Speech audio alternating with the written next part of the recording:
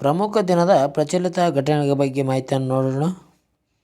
ಹಾಗಾದರೆ ಮೊದಲನೇ ಪ್ರಶ್ನೆ ನೋಡೋದಾದರೆ, ಇಸ್ರೋದ ಸ್ಥಾಪನೆಯಾದ ವರ್ಷ ಯಾವುದಂತ ಪ್ರಶ್ನೆ ಕೇಳಲಾಗಿದೆ. ಇದಕ್ಕೆ ಸರಿಯಾದ ಉತ್ತರ ಆಪ್ಷನ್ಸ್ ಡಿ ನೋಡಿ. ಯಾವಾಗಂದರೆ 1969 ಆಗಸ್ಟ್ 15ನೇ ತಾರೀಕು ಇಸ್ರೋ ಸ್ಥಾಪನೆಯಾದ ವರ್ಷವಾಗಿದೆ. ಈ ಪ್ರಶ್ನೆ ಯಾಕೆ ಕೇಳಲಾಗಿದೆ ಅಂದರೆ, ಈಗ ಇಸ್ರೋದ ಮುಖ್ಯಸ್ಥರನ್ನು ನೇಮಕ ಮಾಡಲಾಗಿದೆ ಅಂತ ನ್ಯೂಸಲ್ಲಿ ಬಂದಿತ್ತು, ಅದಕ್ಕೆ ನೀಡಲಾಗಿದೆ. ನೋಡೋಣ. ಭಾರತೀಯ ಬಾಹ್ಯಾಕಾಶ ಸಂಶೋಧನಾ ಸಂಸ್ಥೆಯ ಮುಂದಿನ ಅಧ್ಯಕ್ಷರಾಗಿ ಡಾಕ್ಟರ್ ವಿ ನಾರಾಯಣ್ ರಾವ್ರನ್ನು ನೇಮಿಸಲಾಗಿದೆ ಎಂದು ಅಧಿಕೃತವಾಗಿ ಅಧಿಸೂಚನೆಯಲ್ಲಿ ತಿಳಿಸಲಾಗಿದೆ. ಯಾರಿಗೆ? ಡಾಕ್ಟರ್ ವಿ ನಾರಾಯಣ್ ರಾವ್ ಅವರು ಮುಂದಿನ ಇಸ್ರೋದ ಮುಖ್ಯಸ್ಥರಾಗಲಿದ್ದಾರೆ, ಅಧ್ಯಕ್ಷರು. ಇವರು ಜನವರಿ 14ರಂದು ಪ್ರಸ್ತುತ ಇಸ್ರೋ ಮುಖ್ಯಸ್ಥರಾಗಿರುವ ಎಸ್ ಸೋಮನಾಥ್ ಅವರಿಂದ ಅಧಿಕಾರ ವಹಿಸಿಕೊಳ್ಳಲಿದ್ದಾರೆ. ಜನವರಿ 14ರಿಂದ ಈಗ ಡಾಕ್ಟರ್ ವಿ ನಾರಾಯಣ್ ರಾವ್ ಇಸ್ರೋದ ಅಧ್ಯಕ್ಷರಾಗಿ ಆಯ್ಕೆ ಆಗಲಿದ್ದಾರೆ. ನಾರಾಯಣ ಅವರು ಪ್ರಸ್ತುತ ಲಿಕ್ವಿಡ್ ಪ್ರೊಪಲ್ಷನ್ ಸಿಸ್ಟಮ್ ಸೆಂಟರ್ ನಿರ್ದೇಶಕರಾಗಿ ಕಾರ್ಯವನ್ನು ನಿರ್ವಹಿಸುತ್ತಿದ್ದಾರೆ. ಇವರು ಇಸ್ರೋದ ಬಗ್ಗೆ ನೋಡೋದಾದರೆ, ಇದು ಇಂಡಿಯನ್ ಸ್ಪೇಸ್ ರಿಸರ್ಚ್ ಆರ್ಗನೈಜೇಷನ್ ಅಂತ ಇದರ ಫುಲ್ ಫಾರ್ಮ್ ಆಗಿದೆ ನೋಡಿ. ಇದು ಸ್ಥಾಪನೆ ಯಾವಾಗ ಆಗಿದೆ ಅಂದರೆ 1969 ಆಗಸ್ಟ್ 15ನೇ ತಾರೀಕು ಇಸ್ರೋ ಸ್ಥಾಪನೆಯಾದ ವರ್ಷವಾಗಿದೆ. ಇದರ ಕೇಂದ್ರ ಕಚೇರಿ ಎಲ್ಲಿದೆಪ್ಪ ಅಂತಂದರೆ ಬೆಂಗಳೂರಿನಲ್ಲಿ ಇದರ ಕೇಂದ್ರ ಕಚೇರಿ ಕಂಡು ಬರುತ್ತದೆ. ಇದರ ಪ್ರಸ್ತುತ ಚೇರ್ಮನ್ ಯಾರು ಅಂದರೆ ವಿ ನಾರಾಯಣ್ ರಾವ್ ಅವರು ಈಗ ಚೇರ್ಮನ್ ಆಗಿದ್ದಾರೆ ನೋಡಿ. ಎಸ್ ಸೋಮನಾಥ್ ಅವರು ನಿವೃತ್ತಿಯನ್ನು ಹೊಂದಿದ್ದಾರೆ.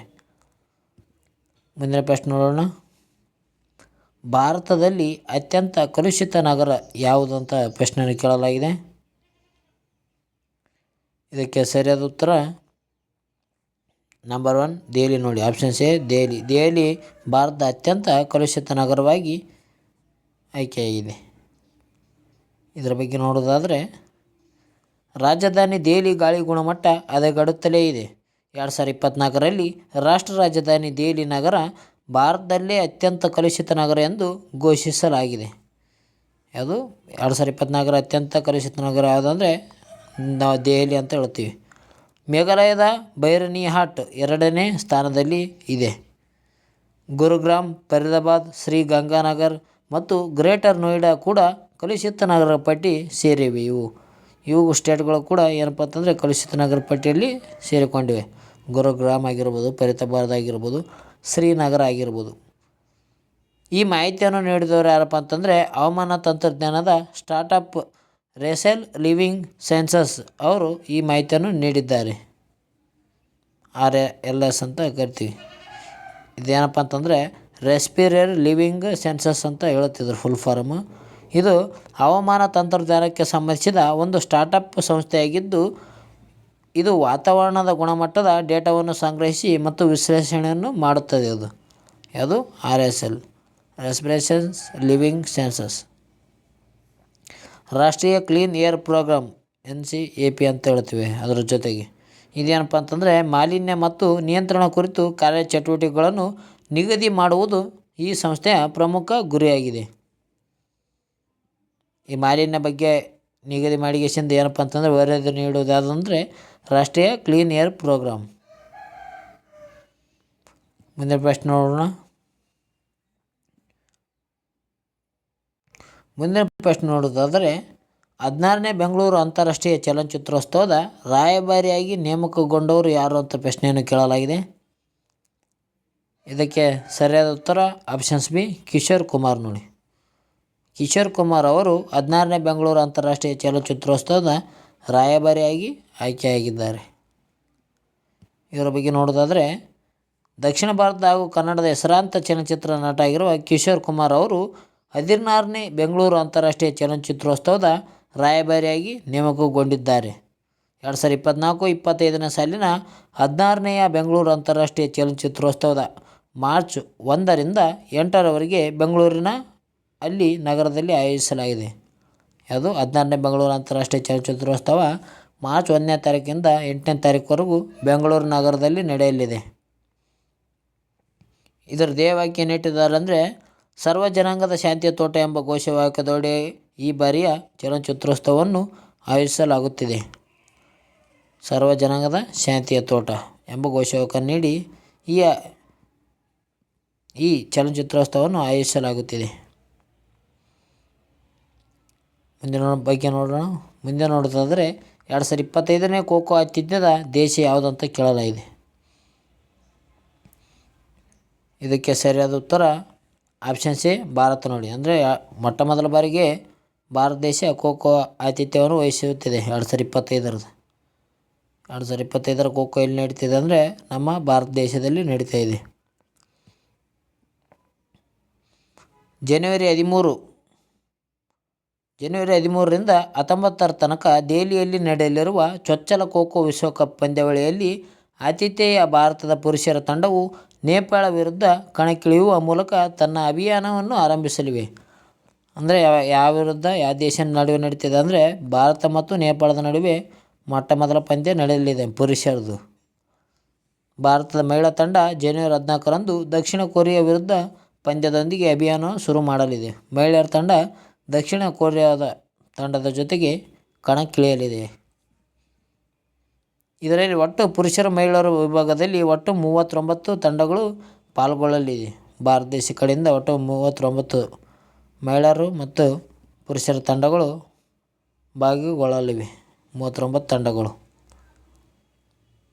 ಇದು ಇಂಪಾರ್ಟೆಂಟ್ ನೋಡಿ. ಅಂದರೆ ಯಾವ ದೇಶದ ನಡುವೆ ಖೋ ಭಾರತ ವಿರುದ್ಧ ಆಡಿದೆ ಅಂದರೆ ನೇಪಾಳದ ವಿರುದ್ಧ ಪುರುಷರ ತಂಡ ಆಟವನ್ನು ಆಡಿದೆ. ಮಹಿಳೆಯರ ತಂಡದಲ್ಲಿ ದಕ್ಷಿಣ ಕೊರಿಯಾದ ವಿರುದ್ಧ ಮಹಿಳಾ ತಂಡ ಆಟವನ್ನು ಆಡಿದೆ. ಅದೇ ರೀತಿಯಾಗಿ ಮುಂದೆ ನೋಡೋಣ. ವಿಶ್ವದ ಅತಿ ಎತ್ತರದ ಯುದ್ಧ ಭೂಮಿ ಯಾವುದಂತ ಪ್ರಶ್ನೆ ಕೇಳಲಾಗಿದೆ. ಇದು ಕೂಡ ಇಂಪಾರ್ಟೆಂಟ್ ಆಗುತ್ತೆ ನೋಡಿ.